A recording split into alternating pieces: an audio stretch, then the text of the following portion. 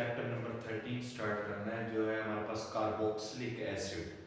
सबसे पहले हम देखेंगे कि कार्बोक्सिलिक एसिड होते क्या है। तो कार्बोक्सिलिक एसिड के अंदर देखेंगे आपके पास एक कार्बोनिल ग्रुप होता है और दूसरा आपके पास हाइड्रोक्सिल ग्रुप होता है। इसलिए इसको जो नाम दिया गया वो इसी बेस पे दिया गया है। जो पहला ये लफ्ज है कार्बो, ये दिया गया कार्बोनिल की तरफ से और हाइड्रोक्सिल में से ऑक्सी लिया गया, तो आपके पास बन गया कार्बोक्सिलिक एसिड। अब कार्बोक्सिलिक एसिड आपके पास डिफरेंट टर्म के हो सकते हैं। वो इस तरीके हो सकते हैं कि एक आपके पास कार्बोनिल ग्रुप होगा, दूसरा उसके साथ हाइड्रोक्सिल ग्रुप अटैच होगा, और तीसरी जो आपके पास चेन है वो कोई अल्काइल ग्रुप भी हो सकता है, हाइड्रोजन भी हो सकता है, या फिर कोई एरोमेटिक कंपाउंड भी हो सकता है, बेंजीन रिंग वगैरह।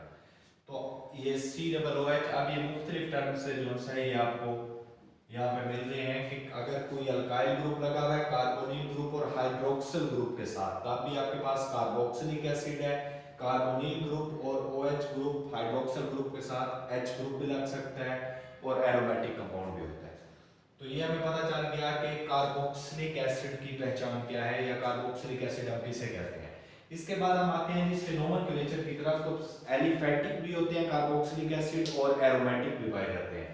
अगर हम एलिफेटिक की बात करें तो सबसे पहला जो हमारे पास है यहाँ पे देखें आपके कार्बोनिल ग्रुप के साथ OH ग्रुप अटैच है और उसके साथ क्या है हाइड्रोजन। अगर हाइड्रोजन है तो इसका कॉमन नेम जो है हमारे पास वो होगा फॉर्मिक एसिड।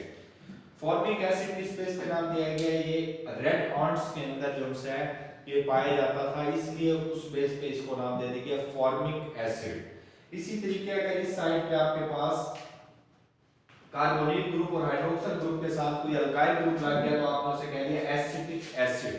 ठीक है, ये एसिटम विनेगर सिरके में पाया जाता था, इसलिए इसको एसिटिक एसिड का नाम दे दिया। इसी तरीके अगर आपके पास 3 कार्बन है इस साइड पे, ये देखेंगे कार्बोनिल ग्रुप और 2 जो से आपके पास अल्काइल ग्रुप साथ अटैच हो गए, तो इसका नाम बन गया जी आपके पास प्रोपियोनिक एसिड। ये आपके पास कॉमन नेम है।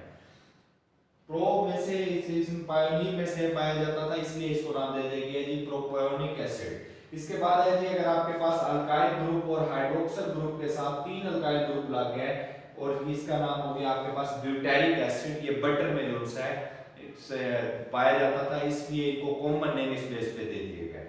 और अगर इसी तरीके इनके आयुपिक नेम की बात करें तो आयुपिक नेम में ये होता है कि अल्केन का जो ई है वो रिप्लेस हो जाता है ओइक एसिड में, OIC पे रिप्लेस हो जाता है। तो सेम इसी तरीके अगर हम इसका लिखना चाहें तो एक कार्बन है तो हम लिखेंगे मीथेन, अगर ये अल्केन होता तो, लेकिन हमने ई को किस में रिप्लेस कर देना, ओइक में, तो हमने लिख दिया मेथानोइक एसिड।